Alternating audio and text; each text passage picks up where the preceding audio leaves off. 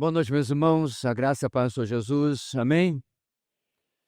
Bem, mais uma vez eu preciso explicar, devido aos nossos visitantes, que a nossa igreja tem o costume de caminhar em um livro só da Palavra de Deus nas exposições à noite. E hoje, irmãos, nós chegamos à nossa mensagem número 33, aquele número que você fala para fazer exame no pulmão, não é isso? 33. Da nossa caminhada no Evangelho de Mateus, para onde eu já convido você a abrir a sua Bíblia, no capítulo 10 de Mateus. Durante a nossa caminhada, o tema geral do livro de Mateus é este que estará ali projetado para que nós possamos declará-lo a uma só voz. Vamos lá? Tema de Mateus. O Messias prometido realiza o plano divino da redenção, apesar da sua rejeição retardar a promessa do reino. Muito bem, irmãos. Mais uma vez, uma breve recapitulação da nossa caminhada até aqui, uma vez que estamos quase chegando ao final dessa primeira grande divisão de Mateus, a oferta do rei, que se encerrará no capítulo 11, versículo 1. E aí nós vamos passar para a outra metade, como vocês podem ver, que tem um título bem mais triste, a rejeição do rei. E é óbvio, o rei é Jesus, o Messias prometido. Nós já passamos pela apresentação do rei, do começo até o capítulo 4, versículo 11. Já passamos pela proclamação do rei, 4:12 até 7:29, que é o final do Sermão do Monte. E agora estamos nesta sessão ali denominada o poder do rei. No final do capítulo 9, dentro desta sessão, seguindo diversas das demonstrações do poder do rei Jesus, nós vimos um resumo de como este Jesus nos serve como exemplo no que fazer para com os perdidos, que ele mesmo chama de ovelhas sem pastor, sem direção. E, inclusive, como devemos nos sentir para com essas pessoas. Em outras palavras, com compaixão. E a compaixão de Jesus, ela é evidenciada na sua ação por este grupo, por esta multidão perdida. E ele nos desafia a orar para que o Senhor traga mais obreiros, mais trabalhadores para a sua colheita, para a sua seara. De onde que vêm esses trabalhadores, irmãos? Eles vêm dessa multidão perdida. Uma vez alcançados, uma vez convertidos, eles passam a ser também trabalhadores, obreiros da colheita do Senhor. Na semana passada, nós iniciamos o capítulo 10 e entramos, como eu disse, nessa reta final para deixar esta parte sobre da oferta do rei e a subdivisão, demonstração do poder do rei. Essas serão as duas últimas mensagens antes de nós vermos o Messias tão esperado pelo povo de Israel ser por este mesmo povo rejeitado. Nós vamos ver se concretizar aquilo que outro evangelista, o apóstolo João, sintetizou em João capítulo 1, versículo 11. Veio para os seus, veio para o que era seu, mas os seus não o receberam. Mas antes, irmão, se a colheita está pronta, Jesus mesmo disse, quais devem ser as nossas atitudes, nossos preparativos para servir a este Senhor da colheita? Isso é o que nós vimos na semana passada, do versículo 1 até o versículo 15. Nós vimos que o envio de obreiros segue a direção do Senhor da obra. Em outras palavras, o Senhor da colheita, o Senhor da obra, escolhe quem vai trabalhar para ele, os seus obreiros, escolhe de maneira soberana. Ele mesmo define o que vai ser pregado, define a mensagem e define como nós iremos proceder ao pregar esta mensagem. Se você está curioso, dá uma olhada na semana passada no nosso canal e esta mensagem está lá. Esse é o começo do capítulo 10, porém isso não é tudo. A mensagem que pregamos, a mensagem que nós proclamamos, apesar de ser acolhida por alguns, ela é extremamente odiada por outros, na verdade, pela maioria. A mensagem cristã, irmãos, a verdadeira mensagem cristã, não é apenas Deus te ama e tem um plano maravilhoso para a sua vida. Não é deixe de sofrer. Essa não é a verdadeira mensagem cristã. A mensagem cristã, ela é de confronto. Ela é exclusivista. E isso o mundo não gosta, as pessoas não gostam, ela julga os estilos de vida das pessoas. A mensagem cristã julga as escolhas e as ações das pessoas. Aqui e acolá você vê surgir igrejas, assembleias, congregações, onde você chega com a sua bagagem de pecado e você continua com a sua bagagem de pecado. A vida que você vivia lá fora, agora só foi gospelizada. Ela só foi acrescentada de ir à igreja cantar, derramar umas lágrimas e na segunda-feira você volta a fazer as coisas da mesma maneira. Eu me refiro desde a vida promíscuas até dinheiro na cueca. Por fora, bela viola, por dentro, pão borolento. O verdadeiro cristão, ele é transformado por dentro. Continua pecador, mas isso vai se mostrar em um estilo de vida diferente. E essa é a mensagem cristã que o mundo não gosta de ouvir. Quer queiramos ou não, irmãos, ao cruzarmos a linha entre uma conversa coloquial do dia a dia e entrarmos em assuntos que incomodam, que tocam a eternidade, que falam sobre mudança de vida, nós podemos esperar uma reação por parte das pessoas. Ela nem sempre vai ser positiva, porém, sempre podemos contar que, em meio a tudo isso, o nosso Deus, o Senhor da colheita, está realizando a sua obra na vida das pessoas. E é nisso que está a nossa recompensa. Fazemos a nossa parte. Aliás, a nossa parte nunca foi resultados. A nossa parte sempre foi fidelidade. A nossa parte sempre foi fazer aquilo que o Senhor nos ordena. No nosso texto de hoje, nós vamos do versículo 16, paramos do 15, até o final do capítulo e o versículo 1 do versículo 11. Nós vamos ver Jesus dando esses alertas sobre o que nos espera, no caso, primeiramente aos apóstolos aqui, mas o que nos espera a todos que queremos trabalhar na colheita do Senhor. Vamos lá, irmãos. Veja se alguém precisa pegar uma carona com você ou acompanhe a projeção. Mateus capítulo 10, versículo 16 até o final, versículo 42 e o verso 1 do versículo 11. Vamos lá? Diz assim a palavra do Senhor. Eu os estou enviando como ovelhas entre lobos. Portanto, sejam astutos como as serpentes e sem malícia como as pombas.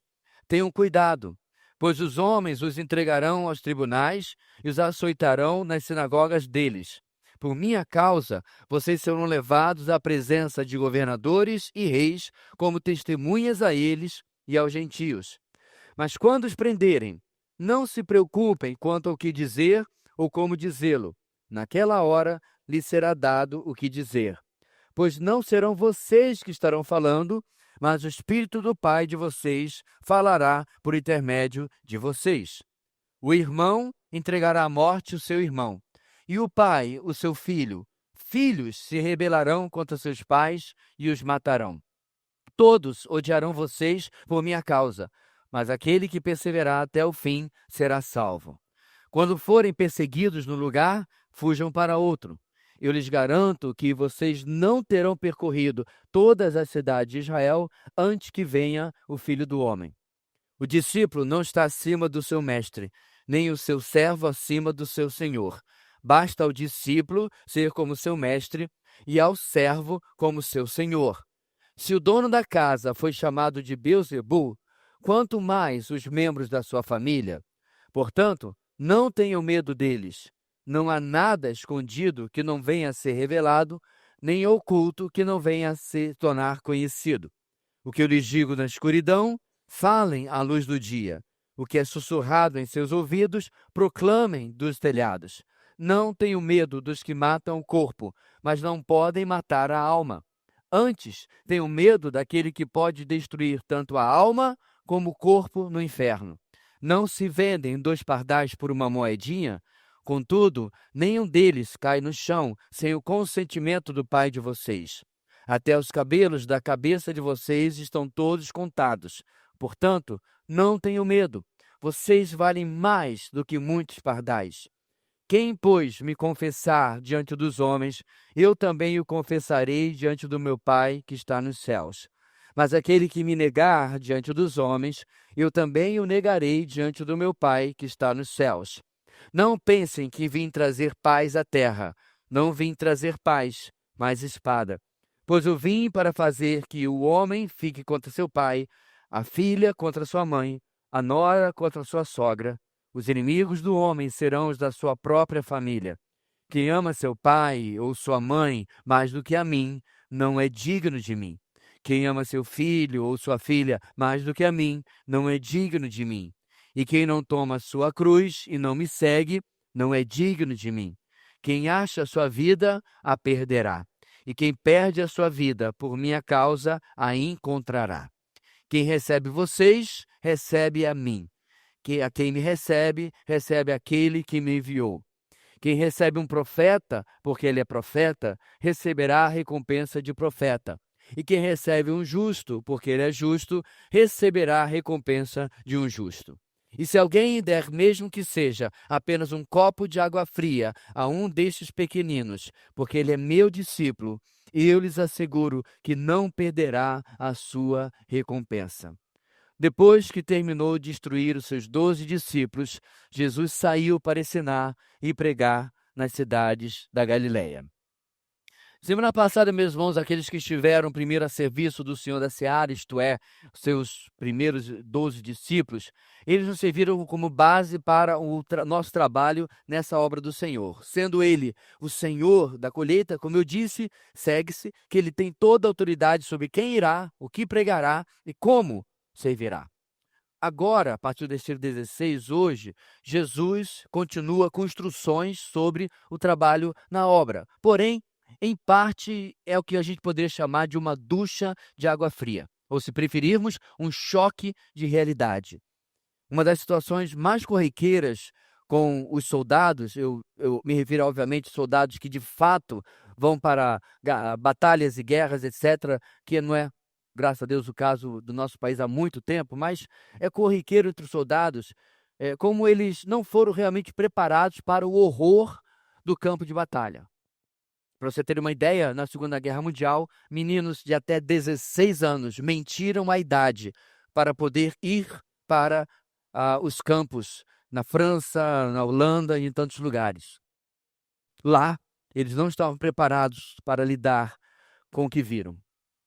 Muitos tinham treinamento para lidar com armas e explosivos, mas ninguém os havia preparado para o constante cheiro metálico de sangue no ar, para o fedor dos corpos em decomposição.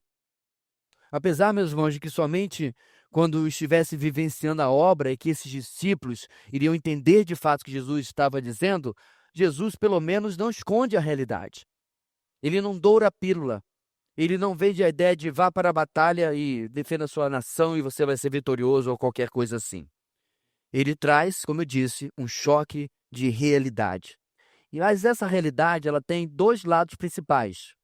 Primeiro, a obra de Deus não é para fracos. Não é para aqueles que acreditam que tudo vai dar certo. Não é para quem acredita em mensagens triunfalistas e que busca mensagens triunfalistas. Mas um outro lado, uma outra parte desta realidade é que a recompensa é certa. Mesmo, irmãos, que às vezes não seja como queremos, como esperamos, mas o Senhor promete que vai haver retorno. Afinal de contas, é uma colheita. E nós vamos sair com os nossos feixos nos braços ao servirmos ao Senhor. Portanto, hoje, irmãos, a nossa grande ideia, que vamos ver a partir do versículo 16, diz o seguinte: a obra do Senhor é recompensada em meio a desafios e dificuldades. A obra do Senhor é recompensada em meio a desafios e dificuldades. Bem, pensando no nosso texto que acabamos de ler, eu espero que esse enunciado ali publicado faça muito sentido para todos nós nessa noite. Perseguição, oposição e sacrifícios são facilmente identificáveis no texto que acabamos de ler na fala aqui de Jesus. Jesus, como eu disse, não doura a pílula, não esconde o remédio amargo em meio a um pedaço de chocolate. Ele é franco, ele é transparente. Tempos difíceis aguardam esses primeiros discípulos de Jesus e, com certeza, milhões e milhões que vieram depois deles, inclusive a nós também.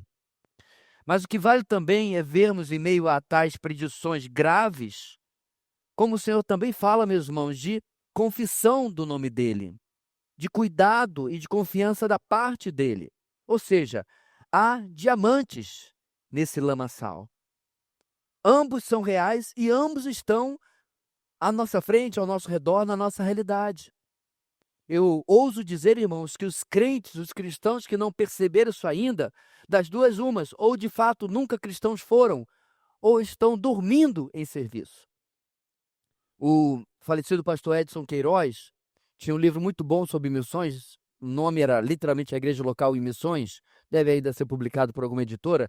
Ele tinha ilustrações, e lá ele falava sobre o mau soldado.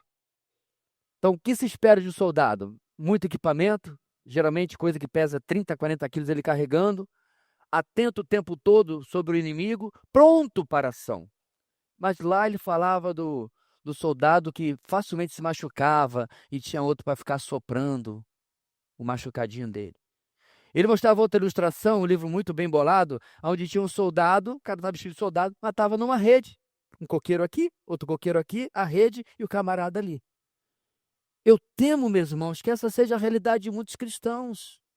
Estão tão envolvidos com as coisas deste mundo. E perceba, quando eu digo a coisa desse mundo, não é o cabaré, não. Não é o piseiro. Esse é o cúmulo do absurdo. E me refiro, meus irmãos, tão apaixonados pela matéria, pelo dinheiro, pela carreira, pelos estudos, etc., etc., que Deus é um apêndice do domingo. Isso é sério, porque ele não vai conseguir perceber na sua vida o que Jesus fala nesse texto aqui.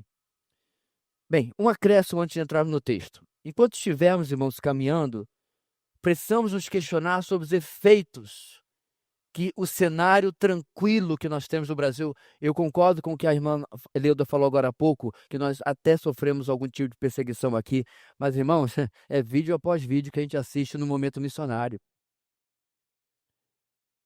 Eu tenho medo de descobrir se a igreja brasileira sobrevive num lugar desse.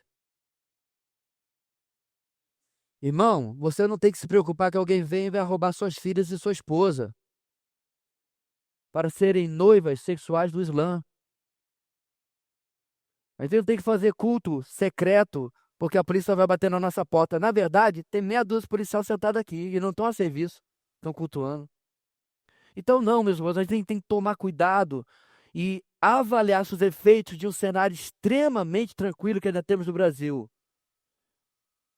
O fato de que nós só conhecemos de fato perseguição por meio de vídeos e testemunhos missionários. Se isso, irmãos, não nos rouba o entendimento da gravidade dos alertas que Jesus faz e traz nesse texto. Nós vamos iniciar e, ao mesmo tempo, vamos manter essa pergunta na nossa mente. Alerta após alerta de Jesus, eu devo pensar, eu tenho vivido isso? Eu estou preparado para isso? E se eu passar por isso? Qual seria a minha reação? A obra do Senhor é recompensada em meio a desafios e dificuldades. Vamos começar nosso texto? Como diz o cara do futebol, olho no lance. Começando o nosso texto, Jesus começa reforçando, irmãos, temas indispensáveis para a própria vida cristã em si, para a própria rotina cristã. Os mesmos temas serão indispensáveis diante daquilo que os obreiros têm pela frente. Ou seja, não há um preparo especial. É viver a vida cristã, amadurecer nestes temas que ele vai colocar aqui, e você está preparado para enfrentar os desafios que tiver na colheita do Senhor. Em primeiro lugar, versículo 16 ao 23. A obra do Senhor exige prudente perseverança na perseguição, confiando na direção do Espírito. A obra do Senhor exige prudente perseverança na perseguição, confiando na direção da obra do Espírito. O verso 16, onde começamos a nossa leitura, inicia com uma expressão popular em dezenas e dezenas de culturas. E é uma expressão de fácil compreensão. Ovelhas entre lobos. Você poderia colocar galinhas entre raposas. Ou dinheiro público em meio a políticos corruptos. Mesma coisa. Todos são expressões que significam uma e a mesma coisa. Vulnerabilidade diante de predadores. Em face aos maus deste mundo, irmãos, Jesus nos pinta como vulneráveis. As armas que eles têm não são as nossas e não estão à nossa disposição. Nem as armas físicas e também nem as armas não físicas que eles usam não estão disponíveis para nós.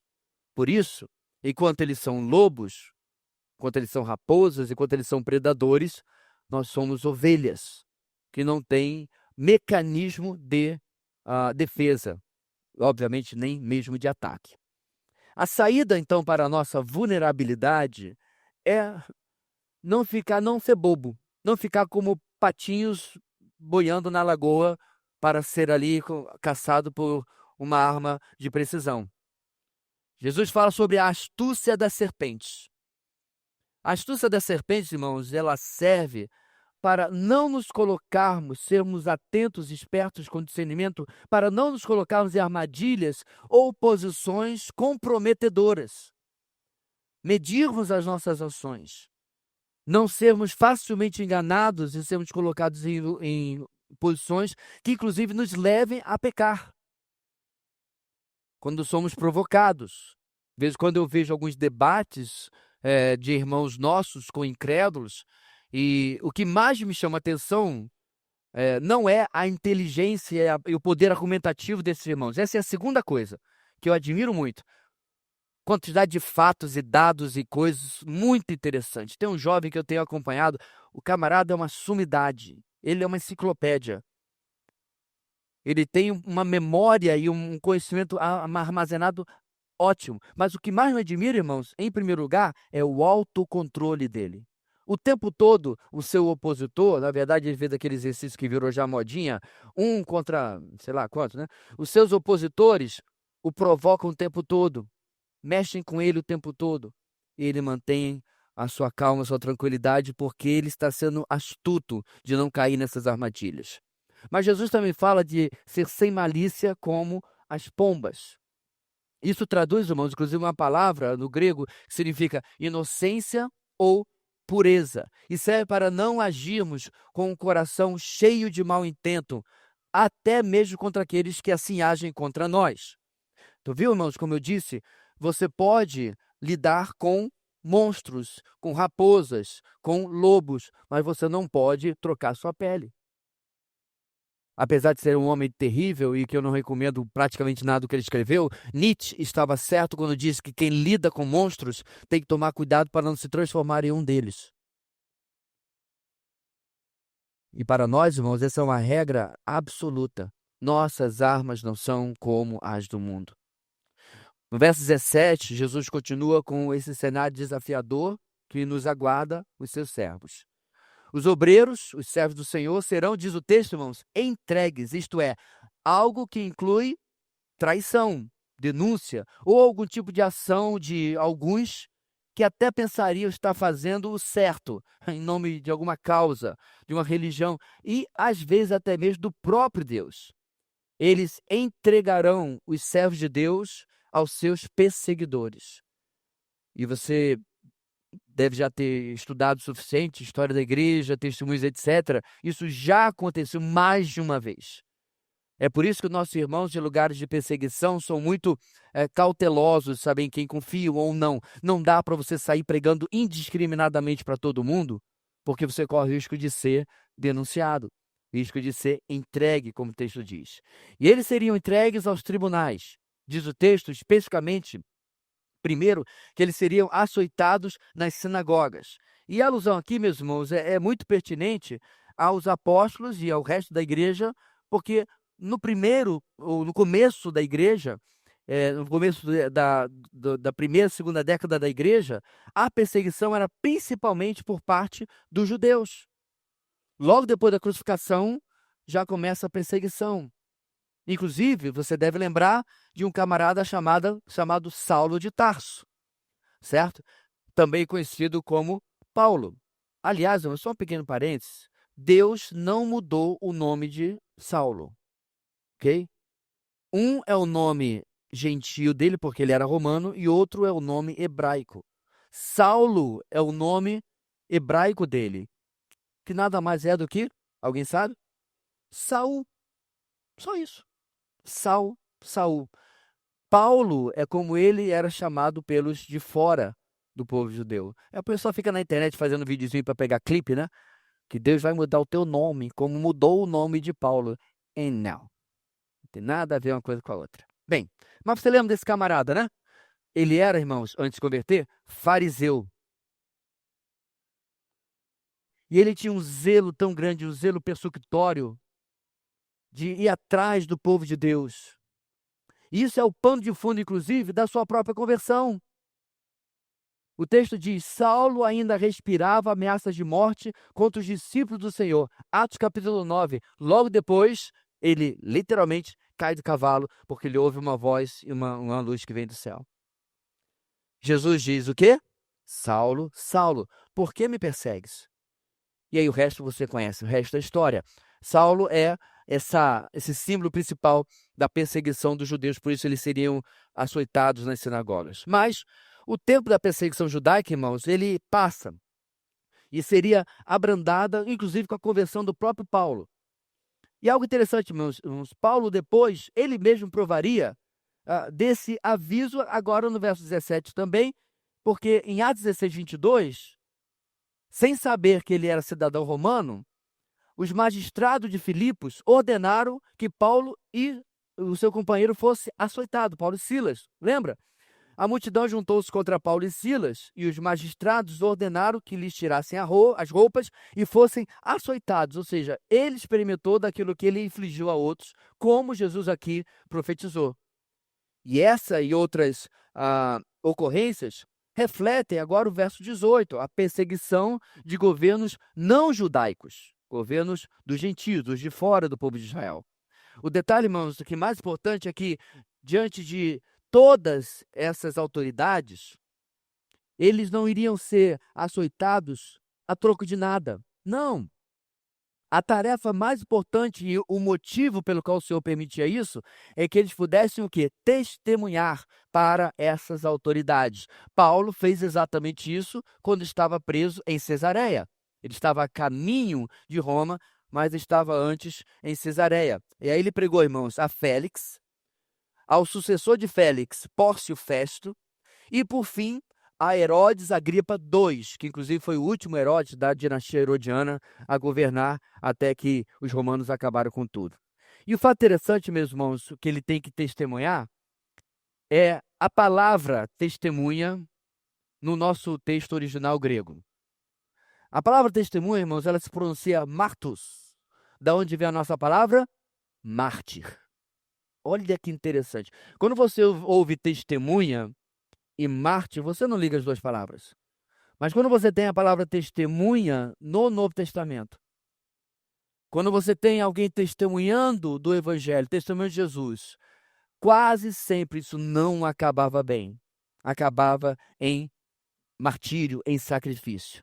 O ato de testemunhar da sua fé em um ambiente hostil e frequentemente terminando em perda da vida, fez com que essa palavra evoluísse para designar alguém que daria um testemunho radical da sua fé ou causa, até mesmo podendo morrer por causa do seu testemunho.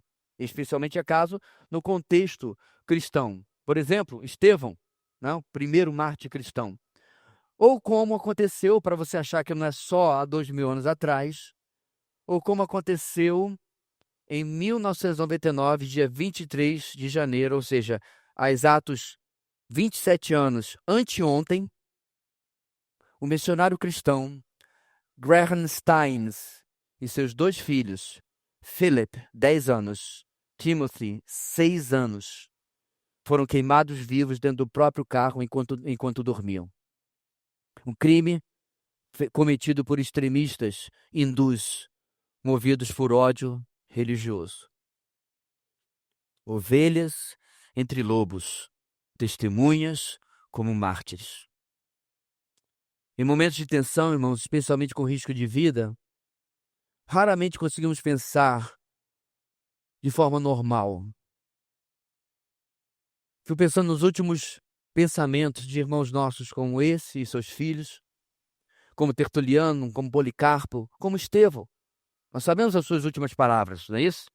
Pai, perdoa-lhes porque não sabem o que eles fazem. Ele copia as palavras de Jesus, mas não sabemos seus pensamentos. E eu, de maneira nenhuma, julgaria qualquer desses irmãos se eles não estivessem em grande temor, em grande medo. Na verdade, se eles não tivessem sentido grande temor e grande medo, antes de serem martirizados, quando tiveram que comparecer diante dessas autoridades para testemunhar.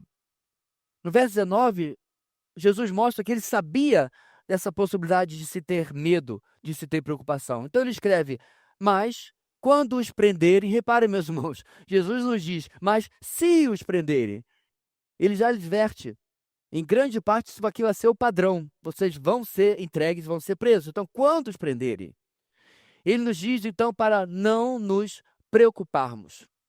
Não se preocupe, você vai sair ileso. Não é isso. Não se preocupe, ninguém vai lhe tocar. Você foi colocado como cabeça e não como cauda. Não, também não é isso não. A mensagem rasa e triunfalista dos dias de hoje, irmãos, não passa no escrutínio do que Jesus de fato falava e o que ele nos advertia. Ele não diz, perceba, para não nos preocuparmos com a nossa integridade física. Não, não se preocupe com a sua mensagem. Peraí, pastor, você está falando que para Jesus a minha mensagem é mais importante do que eu? Você entendeu? Você entendeu? Jesus diz, não se preocupe, eu vou cuidar do que você vai pregar. Eu fico pensando se algum dos apóstolos ficou pensando assim, e aí? Ninguém abriu a boca, ninguém se ousou falar? Talvez alguém tenha pensado, mas Jesus diz, eu vou cuidar do que vocês têm que falar. Eu vou cuidar da mensagem. Ele diz que eles seriam capacitados e não perderiam a capacidade de testemunhar. Seriam capacitados, diz o texto, pelo Espírito Santo, como completa o versículo 20. Isso, meus irmãos, aconteceu inúmeras vezes na história da igreja. Aliás, eu fiz propaganda há uns meses atrás do livro, O Livro dos Mártires, de John Fox. Recomendo demais. Esse é um daqueles livros, irmãos, junto com Peregrino e outros, que um cristão não pode deixar de ler, você entender o que aconteceu com nossos irmãos na história da igreja. E muitas vezes, meus irmãos, eles morreram testemunhando.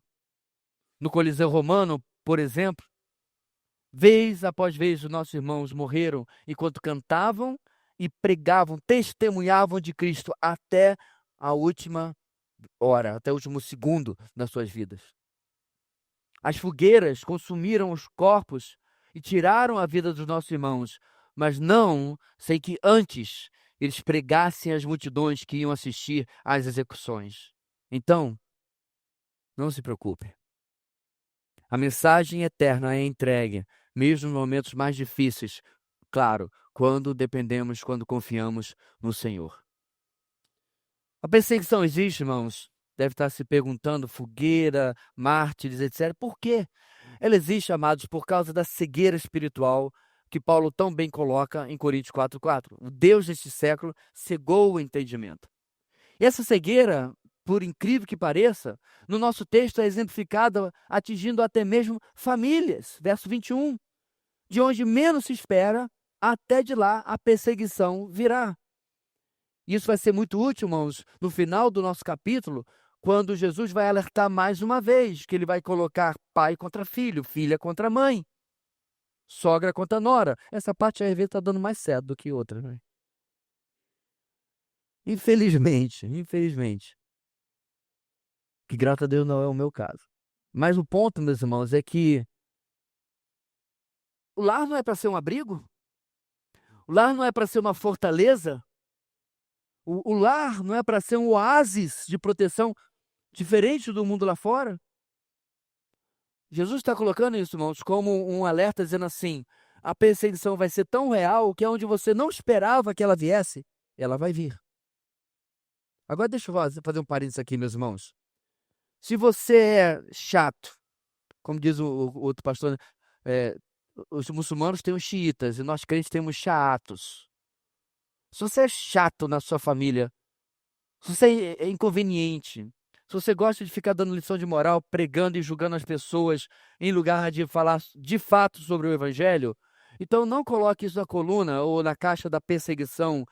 E tá vendo só? Eu sabia. Porque lá em casa, não é isso não, irmãos. De jeito nenhum. Muitas vezes a sua família não lhe suporta porque você é insuportável. Triste falar isso, irmãos, mas tem crentes que afastam as pessoas do evangelho.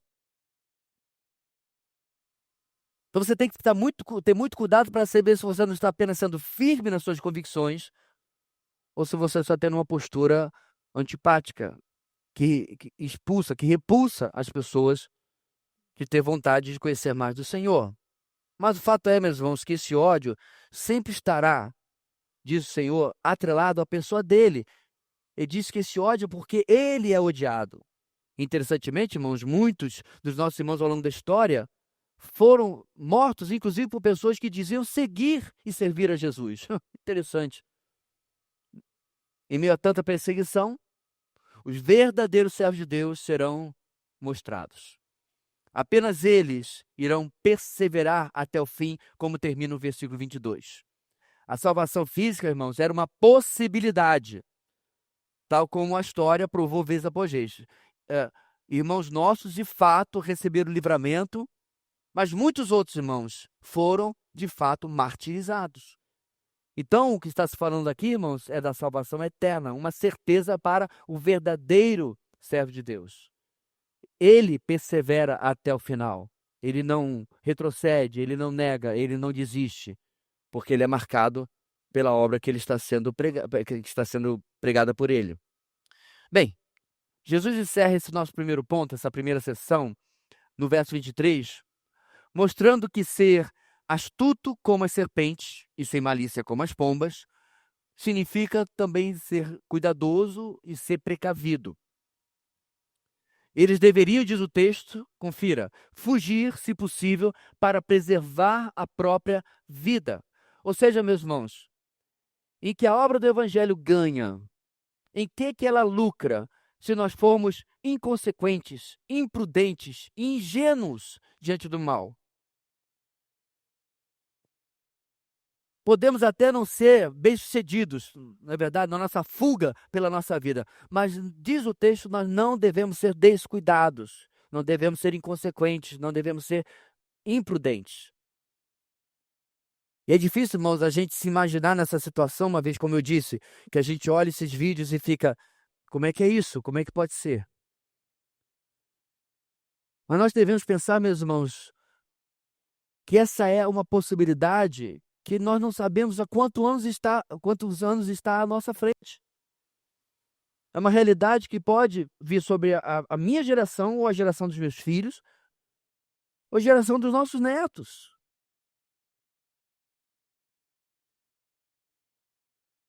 A estratégia de Satanás em países como o Brasil, irmãos, ela é muito mais sutil. É criando leis que amarram seu direito a expressar. Um pastor, eu não lembro agora, o Estado, foi obrigado pelo Ministério Público a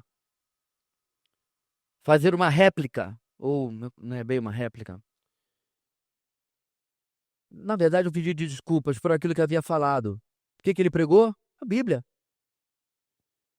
E eu sinto tristeza daquele irmão ter concordado, assinado aquela famosa acordo de conduta e ter concordado com a imposição do Ministério Público da sociedade ou do seu estado, não sei bem.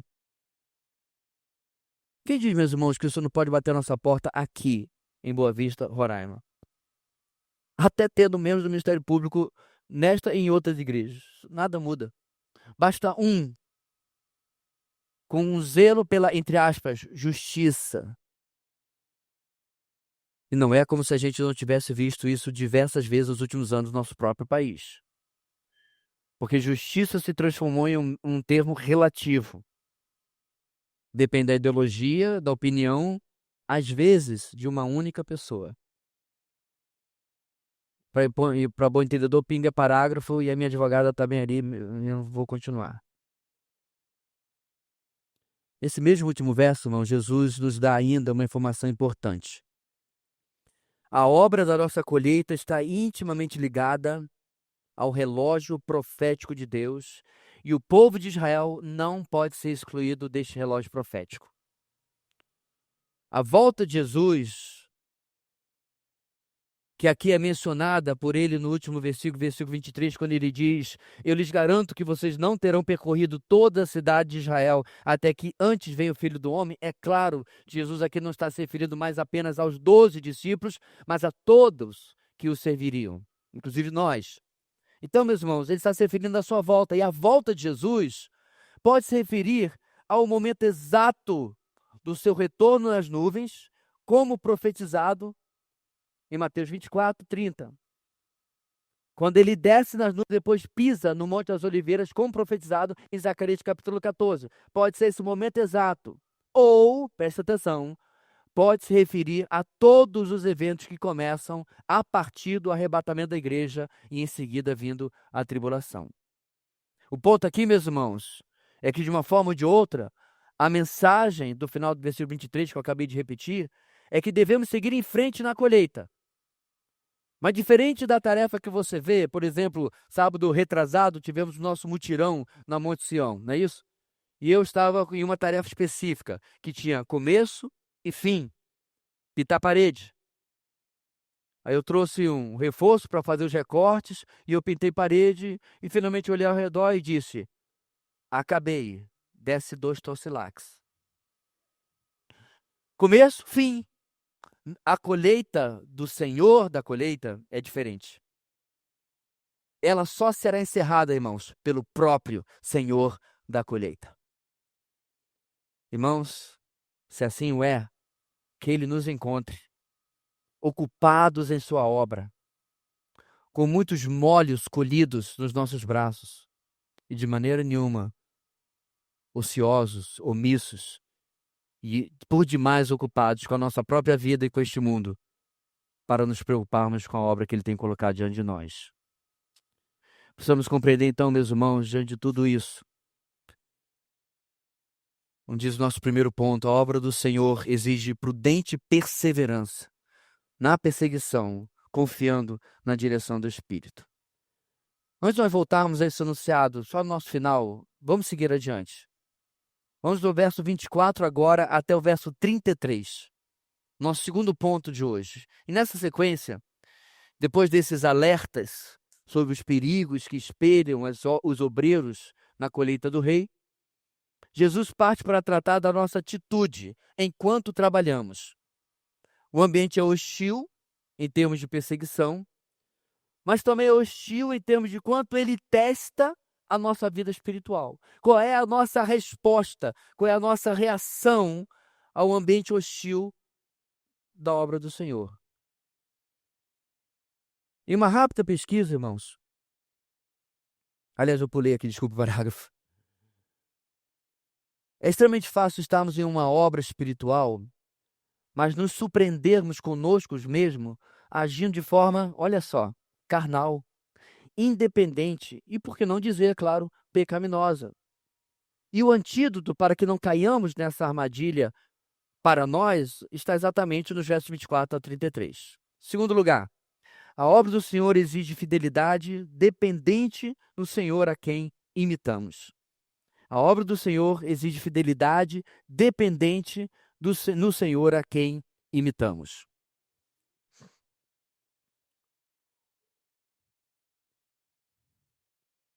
Bem, eu creio que a maioria de nós, irmãos, conhece a frase: o discípulo se torna um mestre. Fiz uma rápida pesquisa e essa frase quase sempre é atribuída a Aristóteles. Mas é só uma possibilidade. Havia outras, mas a maioria das fontes que eu encontrei atribui a ele. A frase fala como o aluno evoluiu tanto naquilo que foi instruído que consegue ultrapassar o seu professor. E é verdade, às vezes acontece. Alguém é muito bom e, à medida que vai absorvendo o conhecimento que lhe é passado, ultrapassa aquele que o estava ensinando. Bem, no verso 24, que inicia o nosso segundo ponto, Jesus não está falando de ultrapassar em capacidade ou qualidade. Primeiro, porque seria literalmente impossível ultrapassar Jesus em qualquer coisa. Nesse verso, Jesus segue, na verdade, o tema da perseguição, o tema da oposição. E ele deixa claro, meus irmãos, que não estava pedindo a nós, os seus servos, algo que ele mesmo não tenha experimentado. Em sua última semana antes de sua morte, Jesus lembraria os discípulos sobre, inclusive, este ensino aqui. Em João 15:20, ele diz: lembrem-se das palavras que eu lhes disse. Nenhum escravo ou servo, tanto faz, é maior do que o seu senhor. Se me perseguiram, perseguirão vocês. E vai destacar, meus irmãos, que Jesus completa dizendo, são os dois lados que a gente está vendo, né? Ele completa dizendo: se obedeceram a minha palavra, também obedecerão a de vocês. Ou seja, irmãos, há luta, mas também há recompensa, como estamos vendo desde o começo. São as duas realidades. Seguindo no verso 25, para ilustrar como devemos esperar, portanto, o mesmo tratamento que ele recebeu, Jesus lembra de algo que havia acontecido um pouquinho de tempo antes. No capítulo anterior, capítulo 9 de Mateus, depois de Jesus curar um mudo, que era mudo porque estava endemoniado, e expulsaram, obviamente, o demônio que o atormentava, olha o que acontece, irmãos. A multidão ficou admirada e disse: nunca se viu nada parecido em Israel. Mas os fariseus diziam: é pelo príncipe dos demônios que ele expulsa demônios. Então preste atenção, irmão, se ele, o dono da casa, como ele mesmo se denomina aqui, foi tratado dessa maneira, nós, os membros desta casa, desta família, devemos esperar o mesmo. Claro, meus irmãos, se nós nos comportarmos como membros da família. O problema, meus irmãos, que quando falta genuína perseguição na vida de um cristão, é porque nós estamos em dois desvios. Ou somos igual ao mundo e não incomodamos, ou, como eu disse agora há pouco, nós somos antipáticos, agressivos, e achamos que a oposição é perseguição, quando na verdade é apenas uma reação normal a alguém que não é agradável. Jesus, irmãos, incomodava, apesar de demonstrar amor. É uma mistura difícil de nós entendermos, de nós replicarmos, mas é o que temos que fazer. A verdade e o amor, a justiça e a graça, a compaixão, estavam o tempo todo com Jesus. E é isso que é difícil, irmãos. E é isso que mais provoca uma reação do mundo. Quando pregamos o Evangelho, como ele tem que ser pregado e vivemos como tem que ser vivido. Bem, mas diante disso, é hora de exercermos nossa confiança no Senhor e não cairmos no temor aos homens. Precisamos depender do Senhor e não temer os opositores, os perseguidores. Como nós fazemos isso, irmãos? Jesus vai nos dar 4 razões para não temermos, antes para que nós possamos confiar. E esse é praticamente o resto todo do nosso texto. Primeiro, irmãos, por que nós podemos confiar no Senhor e não temos razão para temer os homens? Presta atenção. As estratégias e os ardis dos filhos das trevas não são desconhecidas, não são ocultas ao nosso Deus. Verso 26. Os inimigos de Cristo usam meios obscuros, usam de mentiras para supor o Evangelho.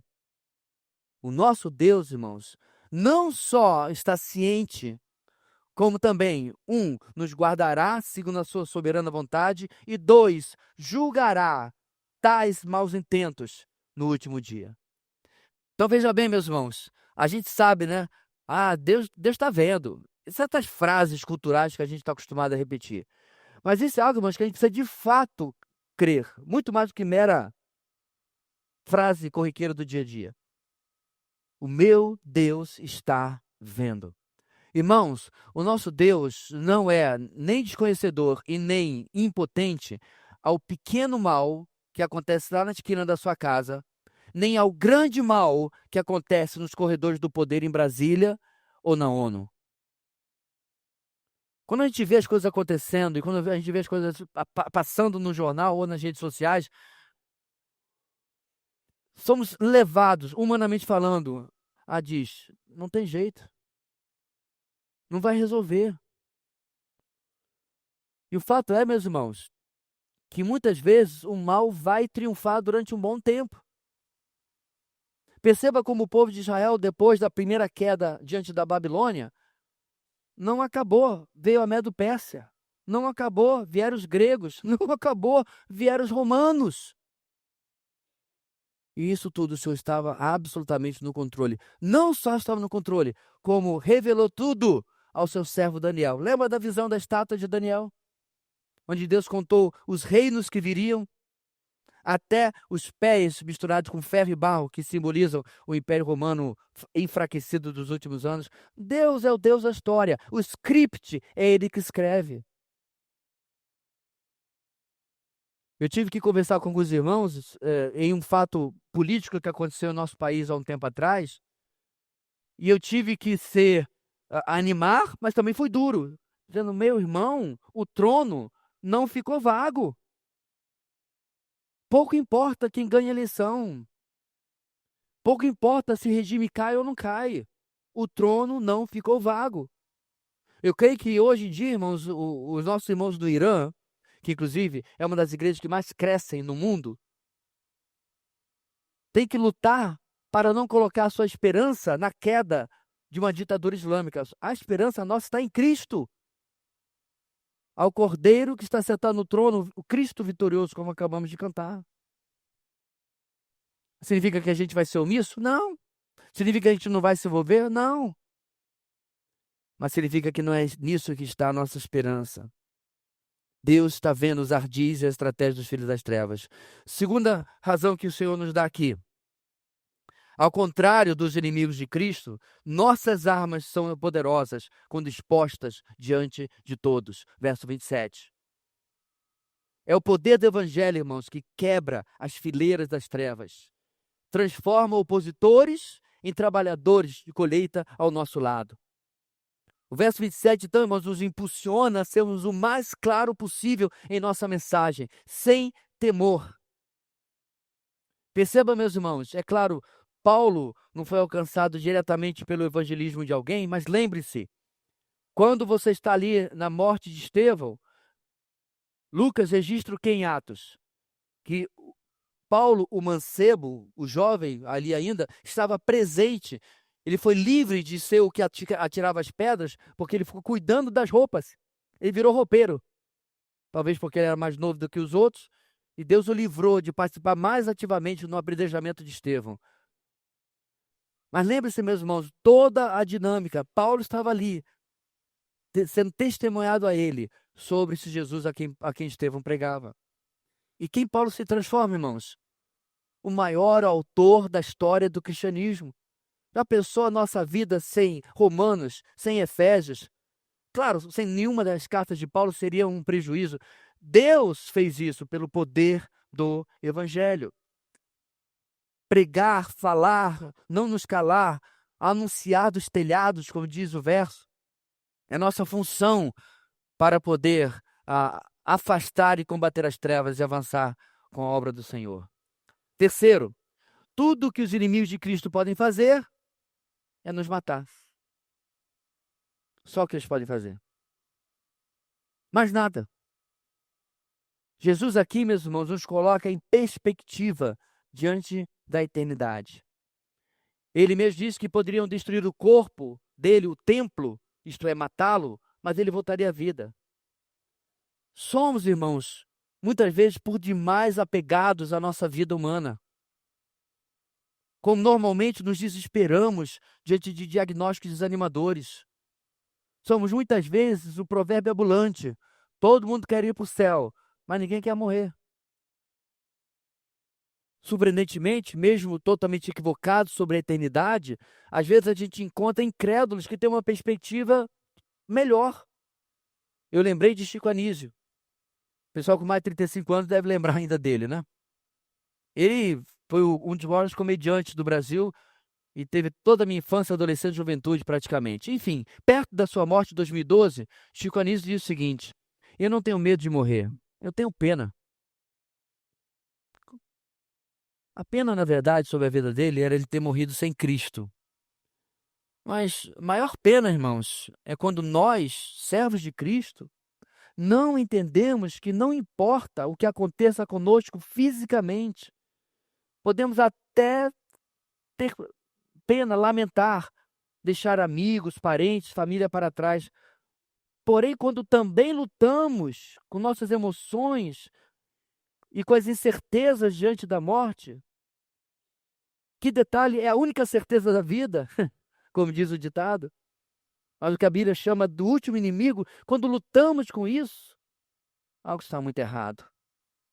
Então Jesus diz: não tema quem pode apenas matar o seu corpo. E aí o texto continua: em quem deve estar o nosso temor, irmãos? Tema aquele que, além de matar o corpo, pode jogar a sua alma no inferno. Quem é esse, irmãos? Deus. Deus.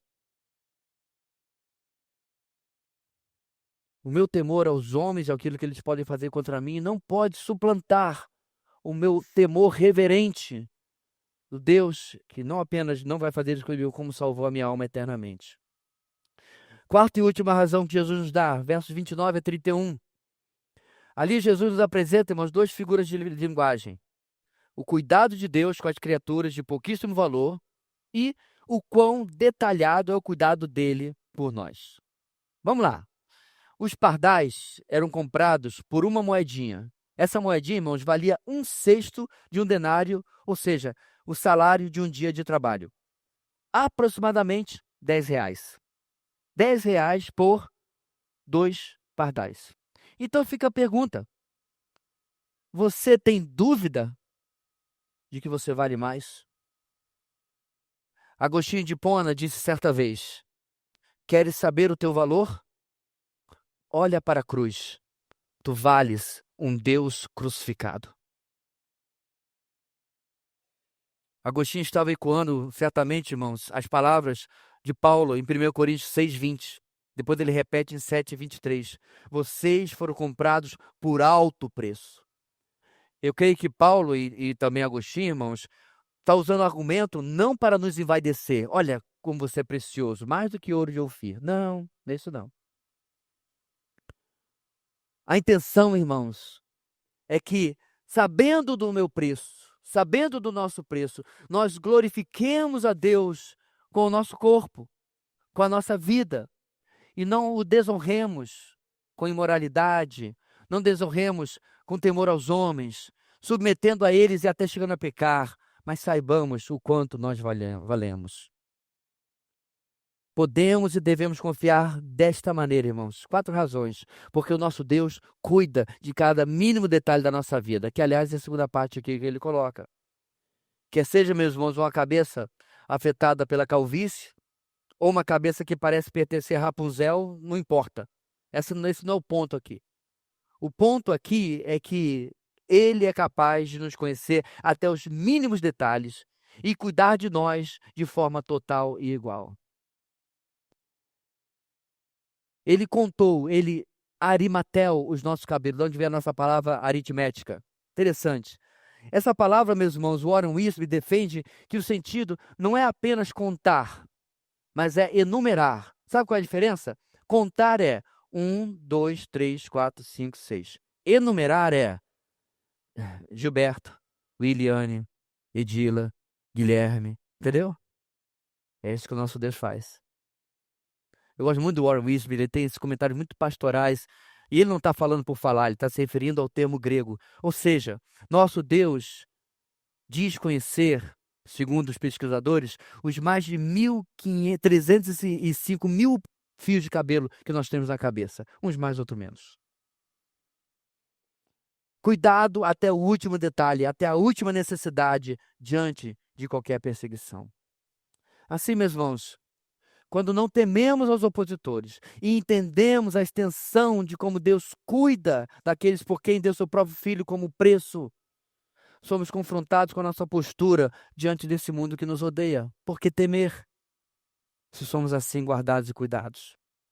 E é isso que temos para terminar nos versos 32 e 33.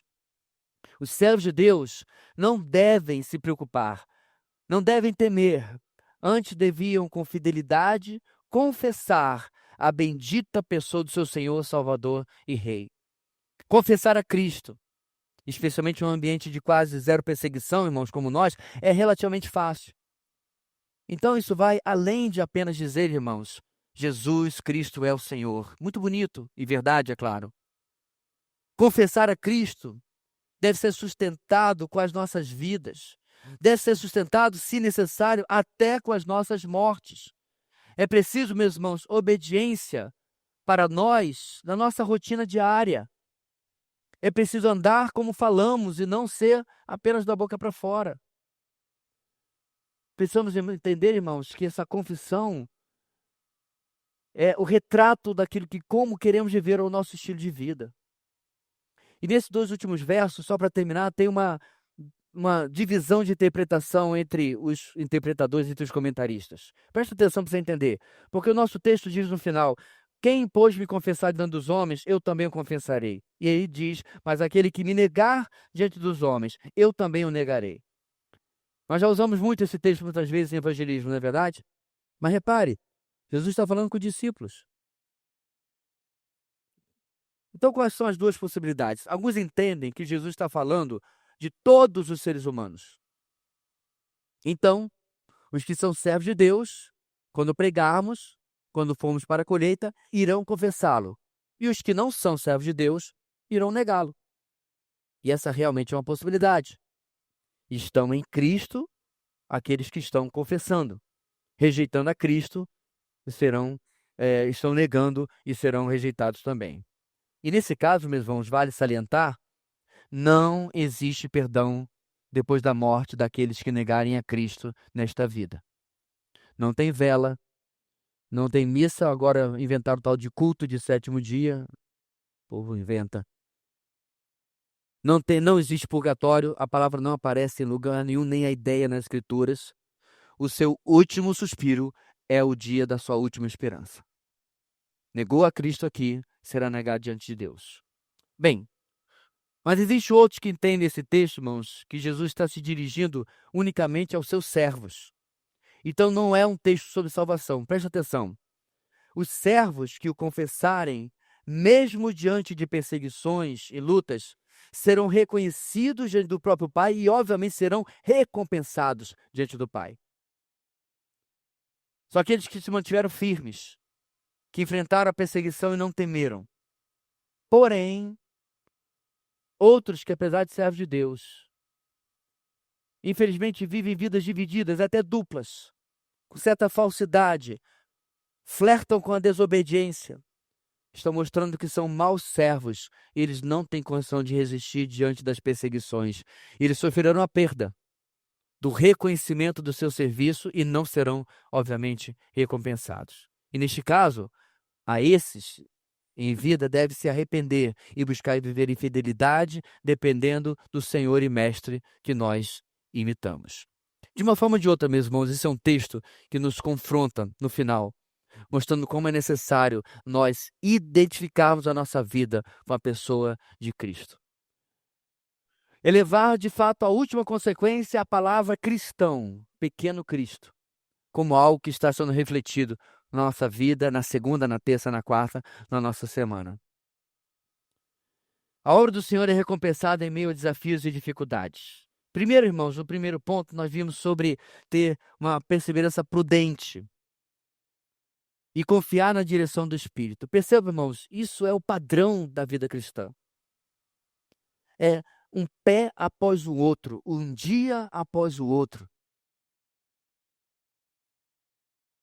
É no dia bom, é no dia ruim. É como diz os votos de casamento, é na saúde e na doença. É na fartura e na falta. Como inclusive Paulo fala em Filipenses capítulo 4. É viver em prudente perseverança, sempre indo à frente.